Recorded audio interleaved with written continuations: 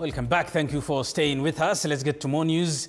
And as clinical officers strike enters its third day, we break down the dispute by examining key documents from the Salaries and Remuneration Commission, the Council of Governors, the Ministry of Health, the courts, and the collective bargaining agreement.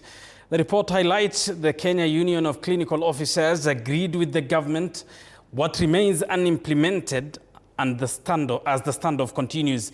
Elizabeth Atieno reports.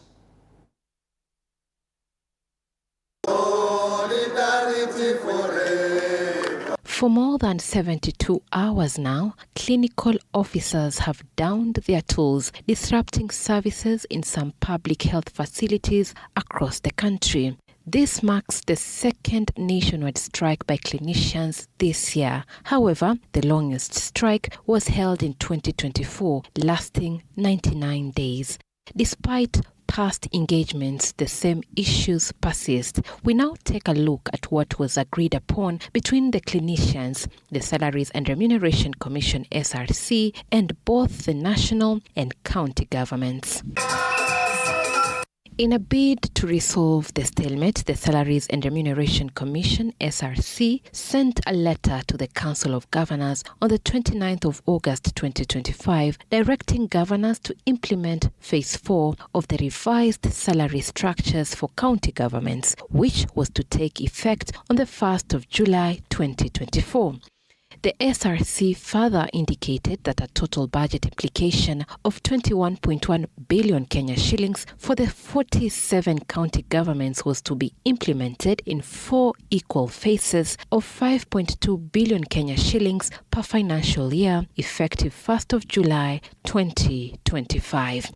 However, this was not realized. On December 8, 2025, the Kenya Union of Clinical Officers drafted an official letter to the Council of Governors, the Head of Public Service, and the President, reminding them of the strike notice issued on the 2nd of December 2025. The union demanded the implementation of the SRC reviewed remuneration structure for the 3rd and 4th cycles, the signing of the collective bargaining agreement (CBA) by the Ministry of Health, and the absorption of COVID-19, UHC, and National TB program staff on permanent and pensionable terms.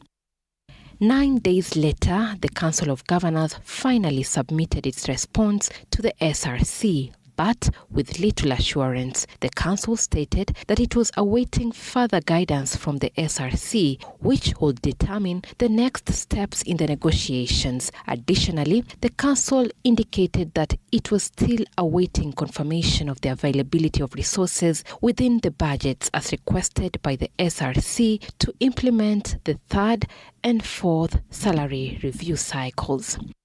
The Council of Governors also called on the National Treasury, through the Ministry of Health, to avail 138.3 million Kenya shillings for the remuneration of Global Fund staff, including pensions and other benefits, to ensure a smooth transition. They further urged Parliament and the National Treasury to provide approximately 8.4 billion Kenya shillings through the equitable share to counties for the absorption of UHC staff whose payrolls are to be transferred to respective county governments with full funding after contracts lapse.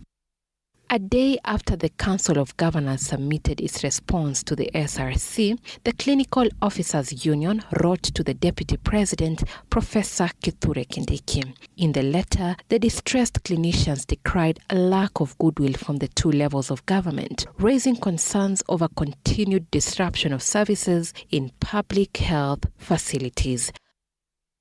And as the stalemate persists, one question remains. Will the 2 levels of governments finally comply with the demands raised by clinical officers, and will the necessary funds be availed to resolve the deadlock?